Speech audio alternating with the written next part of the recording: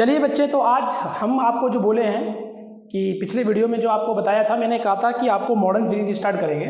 तो आज से मॉडर्न फिजिक्स स्टार्ट कर रहे हैं, पहला लेक्चर आपको लेके आ रहे हैं। तो पहला लेक्चर जो है वो आपका मैटर वेव के ऊपर होगा।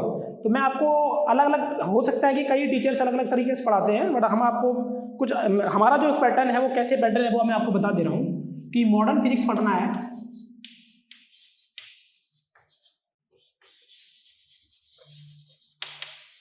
मॉडर्न फिजिक्स पढ़ना है और इसमें हम सबसे पहले स्टार्ट करेंगे मैटर वेव। मैटर वेव पढ़ाएंगे, उसके बाद मैं आपको पढ़ाऊंगा एटॉमिक स्ट्रक्चर, उसके बाद पढ़ाएंगे आपको एक्सरेज,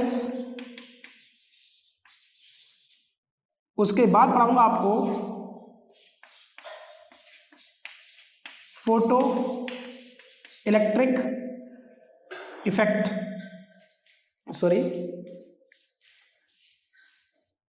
फोटो इलेक्ट्रिक इफेक्ट। उसके बाद पढ़ाएंगे आपको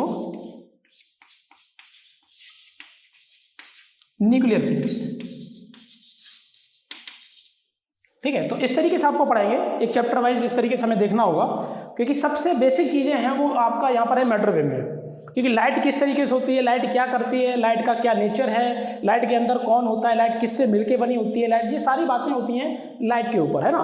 उसी में बात आती है, कुछ बेसिक चीज़ें आती हैं। फिर उसके बाद हमें समझना होता है स्ट्रक्चर के बारे में कि एटम का किस तरीके से स्ट्रक्चर है, मतलब किस तरीके से बात हो रही है। यहाँ पर बात ऐसे हो रही है कि अगर एक एटम है तो एटम में क्या क्या चीज़ें पाई जाती हैं, जैसे कि उसके सेंटर पर पाया जाता है न्यूक्लियस, और न्यूक्लियस के चारों तरफ होते हैं ऑर्बिट्स जिसमें इलेक्ट्रॉन रिवॉल्व करते हैं। और न्यूक्लियस में क्या पाया जाता है, न्यूक्लियस में पाया जाता है आपका प्रोटॉन और न्यूट्रॉन। तो ये सारी बातें यहाँ पर की जाएंगी। यहाँ पर बात की जाएगी ऑर्बिट्स में जो इलेक्ट्रॉन्स रिवॉल्व कर रहे हैं उनमें क्या क्या चीजें पॉसिबल हो सकती हैं, उनकी कैलकुलेशंस देखना होता है। तो यहाँ पर क्या बताएंगे, न्यूक्लियस के बाहर की चीजें, एटम में न्यूक्लियस के बाहर की चीजें पढ़नी होगी हमें। यहाँ पर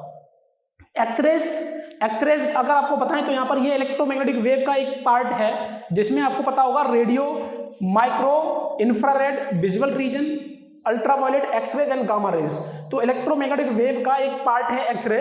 तो ये चीज आपको वहां पर बताई जाएगी। इसकी एनर्जी और वेव की कंपैरिजन में काफी ज्यादा होती है, तो हम आपको बताएंगे। फोटो इलेक्ट्रिक इफेक्ट पढ़ाएंगे, है ना। ये जो फोटो इलेक्ट्रिक इफेक्ट और एक्सरे है वो इसका अगर एक्सपेरिमेंट किया है तो जस्ट उल्टा होता है, बताएंगे कैसे होता है। और न्यूक्लियर फिजिक्स में पढ़ना होगा हमें न्यूक्लियस के बारे में। तो पहले हम पढ़ेंगे मैटर वेव।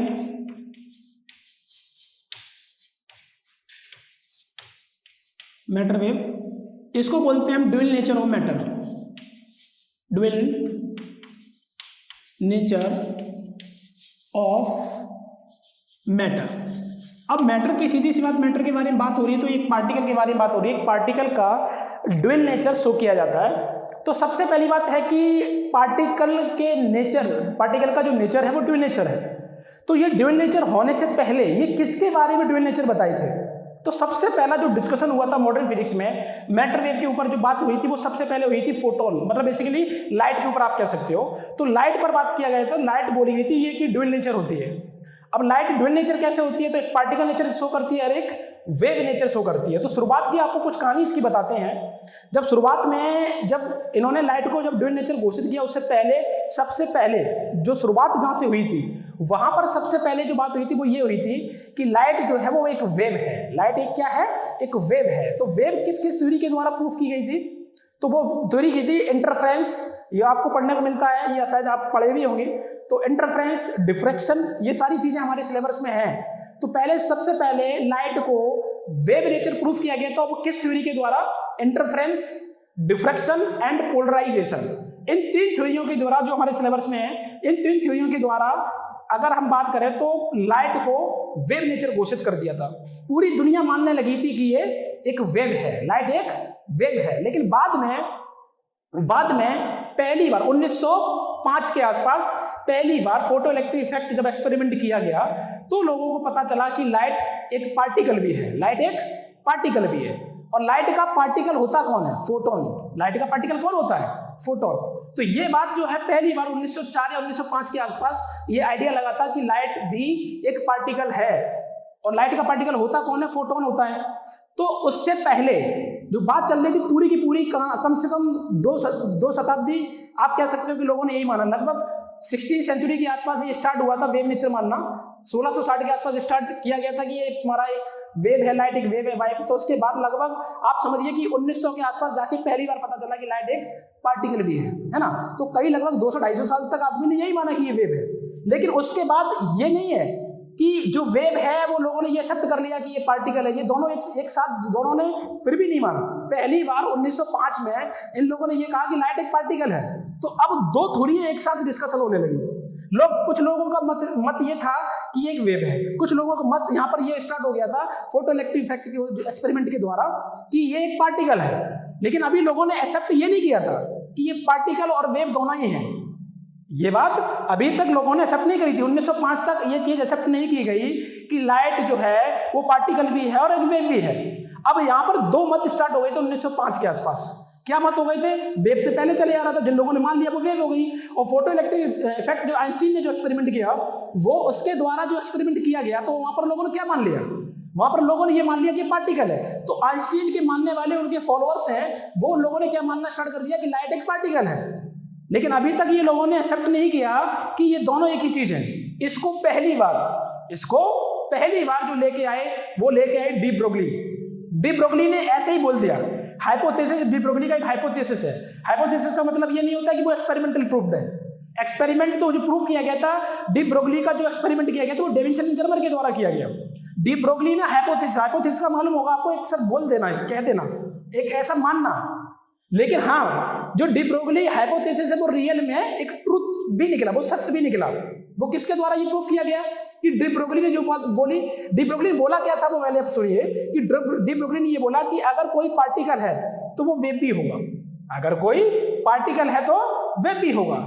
ये नहीं बोला उन्होंने डी ब्रोगली ने कि अगर कोई वेव है तो पार्टिकल होगा, नहीं। अगर कोई पार्टिकल है, अगर वो किसी वेलोसिटी से चलता है तो उसमें वेव एसोसिएट होती है।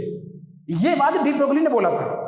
बात समझ आ रही क्लियर? तो ये बात है। तो डी ब्रोगली ने ये कह दिया कि अगर कोई पार्टिकल है, अगर वो किसी स्पीड से चलता है तो उसमें वेव एसोसिएट होती है, मतलब वेव के साथ वो आगे बढ़ता है। मतलब ये बात कंफर्म हो गई कि कोई पार्टिकल है तो वेव भी है। तो इन्होंने लिंक तो कर दिया था, इन्होंने लिंक तो दे दिया था कि अगर कोई पार्टिकल है तो वेव भी होगी, और कोई वेव है तो पार्टिकल ऑटोमेटिकली प्रूफ हो गया, है ना। तो अब देखिए, तो यहाँ पर क्या हुआ, तो लेकिन ये कहानी सिर्फ बोलना ही सब लोगों के हिसाब से ये एक्सेप्ट नहीं की जा सकती थी कि आइंस्टीन के हिसाब से जो लोगों ने बोला था वो पार्टिकल बोल रहे थे, और डिफ्रैक्शन, इंटरफेरेंस और जो पोलराइजेशन के द्वारा तो जो वेव थी। तो अब पहली बार डी ब्रोगली बोल दिया कि अचानक ऐसे ही कोई जैसे हम लोग आपस में फ्रेंड बैठे हैं और आके कोई बीच में आके बोलने लगे कि ये पार्टिकल भी हो सकता है, वेव हो सकता है, तो लोगों के लिए एकदम डायरेक्ट एक्सेप्ट करना बहुत मुश्किल था। लेकिन जब पूरी की पूरी दुनिया मानना स्टार्ट की वो तभी की जब डेविसन और जर्मन ने डी ब्रोगली का जो इन्होंने हाइपोथेसिस दिया वो उन्होंने 100% प्रूफ कर दिया कि डी ब्रोगली ने जो बात बोली वो 100% ट्रुथ है। ये किसने प्रूफ किया था? कि डी ब्रोगली ने बोला कि वेव और पार्टिकल एक ही बात है, अगर कोई पार्टिकल है तो वो वेव पार्टिकल भी होगा, वेव भी होगा। ये डी ब्रोगली ने तो बोला था, लेकिन ये सत्य मतलब कैसे मान लेता कोई बिना प्रूफ के? तो प्रूफ करने वाला कौन था? Davisson Germer. तो डेविसन जर्मर ने ये एक्सपेरिमेंट किया था और ये बता दिया था कि जो डी ब्रोगली ने जो बोला वो हाइपोथेसिस नहीं है। अब जो है वो पूरा का पूरा उनका एक कह सकते हैं प्रिंसिपल है, कह सकते हैं कि बिल्कुल एक एक्सपेरिमेंटल चीज है। जो उन्होंने बोला वो सत्य है, वो गलत नहीं है। तो वो हाइपोथेसिस बाद में लोगों ने हाइपोथेसिस बोलना बंद कर दिया। हाइपोथेसिस का मतलब क्या है कि अगर कोई भी चीज सिर्फ कल्पना कर लेना कि ऐसी चीज होगी, लेकिन बाद में वही कल्पना अगर किसी एक्सपेरिमेंट के द्वारा प्रूफ हो जाए कि वो बिल्कुल सत्य, फिर वो उसे हाइपोथेसिस बोलना ठीक नहीं है। तो क्या बात समझ आ रही है? तो ये यहां तक कहानी इनकी थी। तो हम आपको एक एक करके बात बता रहे हैं कि क्या क्या इसमें है। तो ये जो कहानी है वो इसकी जो है सत्यता वो तो यही है। अब इस पर एक एक बातें हम करते जा रहे हैं। तो देखिए, पहले यहां पर बात करते हैं पहले लाइट के लिए। अगर लाइट के बारे में बात करें तो लाइट सबसे पहले जो स्टार्ट किया गया वो बात किया गया कि ये एक वेव है। लाइट एक क्या है? एक वेव है और पार्टिकल भी है, लेकिन पार्टिकल बाद में आया। तो वेव को प्रूफ करने किस थ्योरी के द्वारा प्रूफ किया गया? जो मैंने अभी आपको बताया कि इंटरफेरेंस, डिफ्रैक्शन, और ये तो सिलेबस में आपके सभी चीज है जो मैं आपको लिख रहा हूं। ये आप जब वेव पढ़ोगे, ये ऑप्टिक्स पढ़ोगे तो आपको ये सब मिलेगा। इंटरफेरेंस भी मिलेगा, वेव ऑप्टिक्स, उसी में ये आपको ये पूरे के पूरे, अगर ऑप्टिक्स में बात करो डिफ्रैक्शन भी पढ़ने को मिलता है, और पोलराइजेशन। ठीक है, तो इनके द्वारा लाइट का वेव नेचर मतलब प्रूफ होता है, और हम लोगों ने पढ़ा भी है, ये चीज बिल्कुल सत्य है। पार्टिकल नेचर किसके द्वारा प्रूफ किया जाता है, तो उस चीज को भी सुन लीजिए। तो पहले तो फोटो इलेक्ट्रिक इफेक्ट हो ही गया,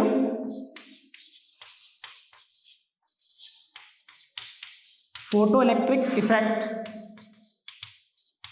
उसके बाद एक आता है कॉम्पटन इफेक्ट। मैं अभी आपको बताऊंगा, कॉम्पटन इफेक्ट हमारे सिलेबस में नहीं है, बट हम थोड़ा सा आपको बताएंगे कि कैसे पार्टिकल इसको बताता है, ये पार्टिकल है। और यहाँ पर है ब्लैक बॉडी रेडिएशन।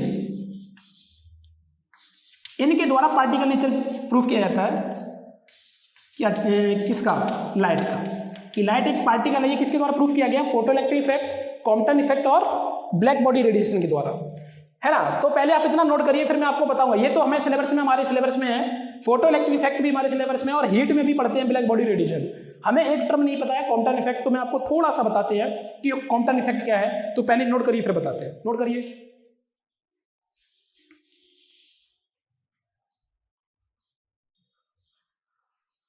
ठीक है। देखिए, कॉम्पटन इफेक्ट के बारे में थोड़ा बताते हैं आपको। कॉम्पटन इफेक्ट क्या है, बाकी आपको पता तो चली गया कि किसके द्वारा लाइट को पार्टिकल घोषित किया गया और किसके द्वारा वेव घोषित किया गया, है ना। तो ये तो पता है कि तीन थ्योरी के द्वारा, जो हमारे सिलेबस में बाकी और भी कई चीज़ें आती रही बाद में, बट हमारे जो मतलब की हैं वो चीज़ें यही हैं। तो कॉम्पटन इफेक्ट देखिए पहले, कॉम्पटन इफेक्ट क्या है।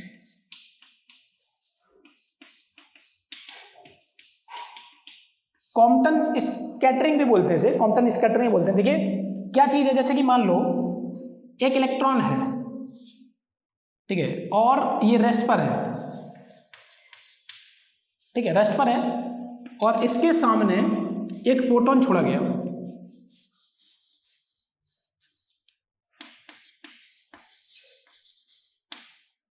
इसके सामने एक फोटोन छोड़ा गया, और ये फोटोन जो है जब इस पर जाके कोलाइड करता है, इस पर जाके कोलाइड करता है, तो कोलिजन के बाद ये स्कैटर हो जाते हैं, लाइट कुछ ऐसे निकल जाती है, ठीक है। और इसकी वेवलेंथ मान लो कि लैम्डा इनिशियल है, इसकी जो वेवलेंथ है वो लैम्डा फाइनल है। इस पर इलेक्ट्रॉन निकला, ये इलेक्ट्रॉन है, तो ये क्या कहलाएगा हमारा, पहले इसे देखिए। हमने इसको बोला कि यहाँ से ये मान लो एंगल फाई है और ये एंगल थीटा है। तो दिख रहा है यहाँ पर कि मुझे एक बात बताओ कि लाइट के द्वारा एक इलेक्ट्रॉन स्कैटर कैसे हो सकता है। ये तभी हो सकता है कि जब कोई एक बॉल जब दूसरी बॉल से हिट करती है, जब दूसरी बॉल से हिट करती है, वेव नेचर कभी किसी चीज को वहां से भगा नहीं सकता है। ये जो इलेक्ट्रॉन है, ये बेसिकली क्या है, इलेक्ट्रॉन है, और इलेक्ट्रॉन रेस्ट पर है, और हमने फोटोन मतलब बेसिकली लाइट डाली, और लाइट की वजह से जो हमारे पास ये इलेक्ट्रॉन है वो किसी और डायरेक्शन में भागा, और फोटोन है वो किसी एक और दूसरे डायरेक्शन में भागा। ये कब पॉसिबल है, ये तभी पॉसिबल है जब किसी एक पार्टिकल से दूसरा पार्टिकल टकराता है। मतलब लाइट में पार्टिकल नेचर ही ये कर सकती है। और लाइट का पार्टिकल नेचर कौन है, लाइट का पार्टिकल होता है फोटोन। ये मैं आपको वही बताना चाह रहा हूं कि फोटोन जब इस पर टकराता है तो स्कैटर करता है। तो सीधी सी बात है, अभी मैं आपको बता रहा था कि लाइट का पार्टिकल नेचर किसके द्वारा प्रूव किया गया, तो हमने आपको बताया photo electric effect, Compton effect और ब्लैक बॉडी रेडिएशन। तो कॉम्पटन इफेक्ट क्या बता रहा है, ये तो प्रूफ कर रहा है कि इसका पार्टिकल है, लाइट एक पार्टिकल है, ये तो प्रूफ किया ये। तो ये चीज इसमें आती है। तो मुझे जहां तक उम्मीद है कि ये बात सभी को समझ आई होगी। इसे नोट करें, फिर आगे बढ़ते हैं, क्योंकि बहुत ज्यादा हमारे ये सिलेबस में है ही नहीं, तो हम इस पर बहुत ज्यादा बात करेंगे नहीं। ठीक है, नोट करिए।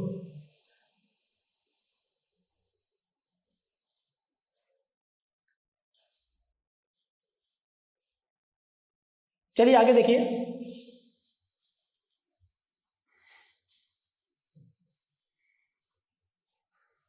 देखिए आगे देखिए, अगर हम और बात करें यहां पर किस चीज के बारे में, देखिए अब बात करते हैं कि कुछ लाइट के बारे में और समझ लेते हैं।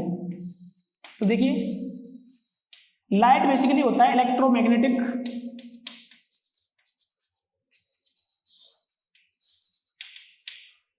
वेव, इसको रेडिएशन भी बोल सकते हैं और रेडिएशन भी होता है, ठीक है। और शॉर्ट में इसे बोलते हैं ईएम वेव, ठीक है।